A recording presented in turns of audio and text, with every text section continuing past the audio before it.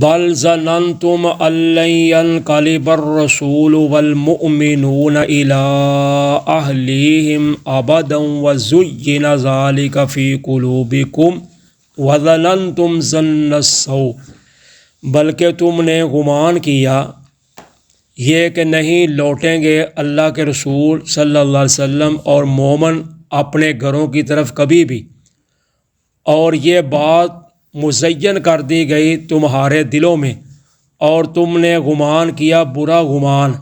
وَكُنْتُمْ قَوْمًا بُورًا، اور تھے تم قوم ہلاک ہونے والے۔ اب اللہ تعالیٰ منافقوں کا یہ کردار بیان کر رہے ہیں کہ منافق جو تھے، جو آپ کے ساتھ نہ گئے عمرہ کے لیے، جب آپ عمرہ کا اعلان کیا، ارد گرد جو قبائل تھے ان میں کہ جس نے جانا ہے ہمارے ساتھ مکہ وہ آ جائے، تو منافق جو تھے وہ اس وجہ سے نہ گئے کہ کافر جو ہیں مشرکین مکہ وہ ادھر آ کر ان کو مار کر گئے ہیں غزوہ احد میں، تو اب یہ بغیر ہتھیاروں کے ایک ایک تلوار پکڑی ہوئی ہے، تو احرام باندھے ہوئے تھے، ادھر جانا چاہتے ہیں، یہ خود جا کر مرنا چاہتے ہیں ادھر، یعنی ان کو جان بوجھ کر چھیڑنا چاہتے ہیں، تو اس لیے انہوں نے بہانے بنا لیے نہ گئے۔ تو اللہ تعالیٰ فرماتے ہیں کہ تم نے گمان رکھا تھا کہ یہ کہ اللہ کے رسول اور مومن کبھی بھی اپنے گھروں کو واپس نہیں لوٹیں گے، یعنی تمہارا یہ خیال تھا کہ اب یہ مرے ہی مرے، اب یہ واپس نہیں آتے، تو اس لیے ہم کیوں مریں، ہم کیوں موت کے منہ میں آئیں، اس لیے یہ جاتے ہیں تو جائیں، تو ہم نہیں جائیں گے۔ تو تمہارا یہ گمان تھا کہ یہ اب واپس نہیں آئیں گے، یعنی ان کو مشرکین مکہ ختم کر دیں گے، اور یہ بات تمہارے دلوں میں مزین ہو گئی کہ بس اب یہ واپس نہیں آتے، اور تم نے برا گمان کیا۔ کیوں؟ اللہ تعالیٰ فرماتے ہیں کہ تم قوم ہی ہلاک ہونے والی، یعنی تمہاری ہلاکت ہے کہ تم نے یہ خیال کر لیا ہے کہ یہ واپس نہیں آئیں گے۔ یہ کیسے ہو سکتا ہے؟ جہاں موت لکھی ہے وہاں ہی آنی ہے، کوئی موت سے بچ نہیں سکتا، نہ موت کہیں انسان کو آ سکتی اگر ادھر اللہ نے نہیں لکھی ہوئی تھی۔ وَمَن لَّمْ يُؤْمِن بِاللَّهِ وَرَسُولِهِ، اور جو کوئی نہ ایمان لائے اللہ پر اس کے رسول پر، فَإِنَّا أَعْتَدْنَا لِلْكَافِرِينَ سَعِيرًا، پس بے شک ہم نے تیار کیا ہے کافروں کے لیے عذاب، دکھتی ہوئی آگ کا، بھڑکتی ہوئی آگ کا۔ تو اللہ تعالیٰ فرماتا ہے جو اللہ پر ایمان نہیں رکھتا اور اس کے رسول پر ایمان نہیں رکھتا، یعنی اوپر سے مومن ہے، بنتا ہے مسلمان، اندر سے وہ منافق ہے، تو وہ بھی منافق جو ہے وہ مسلمان نہیں ہے، بلکہ اللہ تعالیٰ نے فرمایا کہ وہ کافر ہے۔ آخر پہ اس کا انجام بنا کیا کر دیا کہ جو ہوتا مسلمان ہے لیکن اندر سے ملا کافروں سے ہوتا ہے، یعنی ان کے ساتھ رہتا ہے، ان کو رپورٹیں دیتا ہے یا ان کے ساتھ روابط رکھتا ہے، تو وہ مسلمان نہیں بلکہ وہ کافر ہی ہے، اپنے آپ کو مسلمان کہلاتا پھرے لیکن مسلمان نہیں ہے، کیونکہ کافر جو ہوتا ہے وہ برملا ہوتا ہے، اس سے اتنا خطرہ نہیں ہوتا جتنا اندر سے منافق کا خطرہ ہوتا ہے، کیونکہ اس نے دعا دینا ہوتا ہے، وہ تو سامنے مد مقابل آ گیا کہ پتہ ہے یہ کافر ہے، تو جو اندر سے مل کر دوڑ جاتا ہے یا اندر سے کام خراب کرتا ہے اس سے زیادہ خطرہ ہوتا ہے۔ وَلِلَّهِ مُلْكُ السَّمَاوَاتِ وَالْأَرْضِ، اور اللہ کے لیے بادشاہت ہے آسمان و زمین کی۔ يَغْفِرُ لِمَن يَشَاءُ وَيُعَذِّبُ مَن يَشَاءُ، وہ بخشتا ہے جسے چاہتا ہے اور عذاب کرتا ہے جسے چاہتا ہے یا کرے گا۔ وَقَانَ اللَّهُ غَفُورًا رَحِيمًا، اور ہے اللہ تعالیٰ بخشنے والے مہربان۔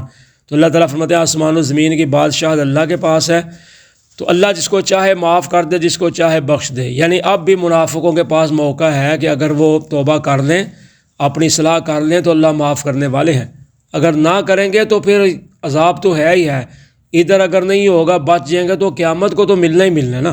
تو اس لیے اللہ تعالیٰ فرماتے ہیں کہ اگر بندہ توبہ کرنی چاہے تو اس کے لیے موقع ہے، وہ توبہ کر لے، باز آ جائے، اگر نہ آئے گا تو پھر پکڑا جائے گا۔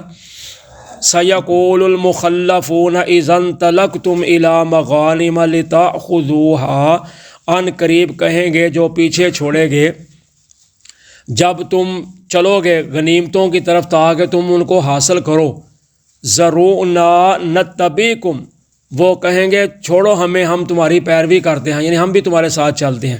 یریدون ان یبدلوا کلام اللہ، وہ چاہتے ہیں کہ وہ بدل دیں اللہ کی بات کو۔ قل لن تتبعونا کذالکم، کہہ دیجئے ہرگز تم نہیں چلو گے ہمارے ساتھ کذالکم قال اللہ من قبل، اسی طرح تمہارے لیے اللہ نے کہہ دیا اس سے پہلے، فَسَيَقُولُونَ بَلْ تَحْسُدُونَنَا، پس ان قریب وہ کہیں گے نہیں ہو تم بلکہ تم ہم سے حسد کرتے ہو، بل کانوا لا یفقہون قلیل الا قلیلا، نہیں وہ سمجھتے مگر کم ہی لوگ یا کم ہی بات کو۔ اب اللہ تعالیٰ نے اس آیت میں غزوہ خیبر کا تذکرہ کیا ہے۔ پہلے تھا حدیبیہ کا، تو حدیبیہ جو تھا وہ واقعہ ہوا تھا 6 ہجری میں ذی القعدہ کے مہینے میں، نبی اکرم صلی اللہ علیہ وسلم جو 1400-1500 صحابہ کو ساتھ لے کر گئے تھے، تو اسی حدیبیہ کے موقع پر ہی اللہ تعالیٰ نے خوشخبری دے دی تھی کہ ان قریب تمہیں ہم ایک خیبر کی خوشخبری بھی دیتے ہیں کہ اس کے بعد خیبر فتح ہوگا۔ تو وہ 7 ہجری میں ہوا، 3 مہینے کے بعد، یعنی محرم میں۔ ذوالقعدہ گزرا، ذوالحج گزرا، آگے محرم آ گیا۔ تو محرم جو ہے سال کا ابتدائی مہینہ ہوتا ہے، یعنی 7 ہجری میں غزوہ خیبر ہوا۔ تو خیبر جو تھا وہ یہود کا بہت بڑا قلعہ تھا، جہاں سے جو مدینہ کے جو یہودی تھے وہ ان کو جب جلا وطن کیا گیا تو وہ خیبر چلے گئے تھے۔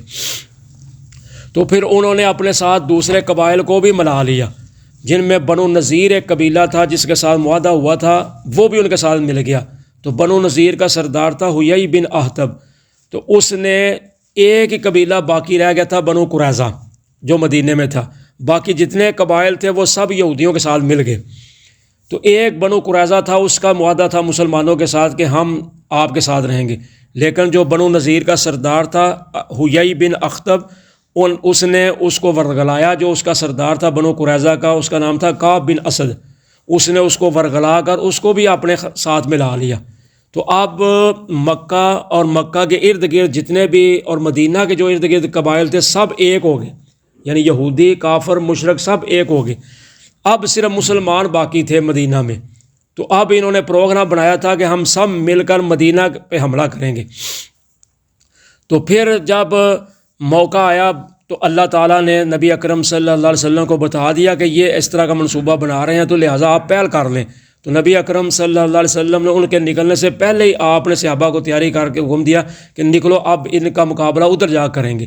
تو وہی 1400 یا 1500 صحابہ جو تھے وہی خیبر کی طرف چلے گئے۔ تو جب گئے تو نبی اکرم صلی اللہ علیہ وسلم کا اصول تھا کہ جب آپ کسی پر حملہ کرتے تو صبح کے وقت کرتے، لیکن بعد میں کرتے، پہلے صبح کی اذان کا انتظار کرتے۔ اگر کسی بستی سے اذان کی آواز آ جاتی تو پھر آپ حملہ نہ کرتے، اگر نہ آواز آتی تو پھر آپ حملہ کرتے کہ ادھر مسلمان نہیں ہیں۔ تو صبح جب انتظار کیا، اذان نہ ہوئی، کوئی آواز نہ آئی، تو آپ نے ان پر حملہ کرنے کا ارادہ کیا۔ تو وہ لوگ کھیتی باڑی کا کام کرتے تھے، زراعت کا، وہ اپنے سامان وغیرہ لے کر کھیتی باڑی کا باہر نکلے۔ تو جب دیکھا تو پریشان ہو گئے کہ محمد صلی اللہ علیہ وسلم اور ان کا لشکر آ گیا۔ تو آپ کہنے لگے کہ لشکر آ گیا۔ تو نبی اکرم صلی اللہ علیہ وسلم میں اللہ اکبر خریبت خیبر، آپ نے فرمایا اللہ اکبر، اللہ سب سے بڑا ہے، یعنی خیبر کی تباہی ہو گئی ہے، یعنی تباہی، خیبر کی شامت آ گئی ہے۔ تو جب پھر مسلمانوں نے ان پر حملہ کیا تو اللہ تعالیٰ نے فتح نصیب فرمائی۔ تو غزوہ خیبر ہی ایک ایسا ہے تمام غزوات میں سے، جو 19 غزوے تقریباً ہوئے ہیں، ان میں سے سب سے بڑا غزوہ خیبر ہی ہے، جس میں اللہ تعالیٰ نے سب سے زیادہ مال غنیمت عطا کیا۔ تو اب جب مال غنیمت مل گیا نا، تو اللہ نے وعدہ کیا ہوا تھا ملے گا، تو اب منافق کہنے لگے جی ہم بھی آپ کے ساتھ جانے کے لیے تیار ہیں، ہمیں بھی ساتھ میں لا لو۔ تو کیا گیا، نہیں تم نہیں جا سکتے، کیونکہ تمہارے بارے اللہ نے پہلے ہی کہا ہمیں کر دیا ہوا ہے، اس لیے تم نہیں جا سکتے۔ تو آگے سے کہنے لگے اصل بات یہ ہے کہ تم ہم سے حسد کرتے ہو کہ ہم کہیں مالدار نہ بن جائے، ہمیں بھی کبھی مال نہ مل جائے۔ الٹا پھر مسلمانوں پہ الزام رکھ دیا، اپنی غلطی کا احساس نہیں کیا کہ ہم کیا کر رہے ہیں، الٹا پھر مسلمانوں کو کہتے ہیں تم چاہتے ہو کہ ہمیں بھی مال نہ ملے، تم ہم سے حسد کرتے ہو۔ جب جان کی باری تھی اس وقت پیچھے رہ گئے، اب مال کی باری آئی تو اب آگے جانے کے لیے تیار ہو گئے کہ ہم بھی آپ کے ساتھ ہیں۔ تو یہ اللہ تعالیٰ نے اس آیت میں بیان کیا ہے کہ ان قریب کہیں گے جو پیچھے چھوڑے گے منافق، جب تم مال غنیمت کی طرف پہنچو گے تاکہ تم ان کو حاصل کرو، تو یہ کہیں گے بھائی پیچھے والی باتیں چھوڑو، جو کچھ ہو گیا اس کو درگزر کرو، اب ہم تمہارے ساتھ ہیں۔ تو اللہ تعالیٰ فرماتے ہیں یہ چاہتے ہیں کہ اللہ کے کلام کو بدل دیں۔ اللہ کے کلام کو بدلنا کیا ہے؟ جو اللہ نے خیبر کی غنیمت کا اہل حدیبیہ کے ساتھ وعدہ کیا ہوا تھا کہ تم کو یہ ملے گا مال، تو اب یہ چاہتے ہیں کہ اللہ کی بات کو بدلیں، ہم بھی وہ شامل ہو جائیں۔ یہ نہیں ہوگا۔ تو اللہ تعالیٰ فرماتے ہیں ان کو کہو ہرگز تم ہمارے ساتھ نہیں چل سکتے، یعنی ہم تمہیں اپنے ساتھ نہیں ملانا، ہم نے تمہیں ساتھ نہیں لے کر جانا، کیونکہ تمہارے بارے اللہ کہہ چکا ہے کہ یہ منافق ہیں، یہ پیچھے رہنے والے ہیں، ان کو نہیں ساتھ لینا۔ تو کہتے ہیں فَسَيَقُولُونَ بَلْ تَحْسُدُونَنَا، منافق کہتے ہیں کہ تم ہم سے حسد کرتے ہو، یعنی تم ہمارے ساتھ حسد کرتے ہو، ہمیں ساتھ نہیں لے جا رہے، ورنہ ہم تو تیار ہیں تمہارے ساتھ جانے کے لیے۔ تو اللہ تعالیٰ فرماتے ہیں بلکہ وہ کم ہی لوگ ہیں جو سمجھتے ہیں، یا کم ہی لوگ ہیں جو سمجھ بوجھ رکھتے ہیں، یعنی اپنی غلطی کو پھر بھی نہیں مان رہے، پھر بھی مسلمانوں پہ ہی لگا رہے ہیں الزام کہ تم ہمارے ساتھ حسد رکھ دو۔ مسلمانوں کو کیا حسد کی ضرورت ہے؟ مسلمان تو چاہتے تھے تم ہمارے ساتھ آؤ، لیکن تم نے دوگلی پالیسی اختیار کی۔ جزاکم اللہ خیرا۔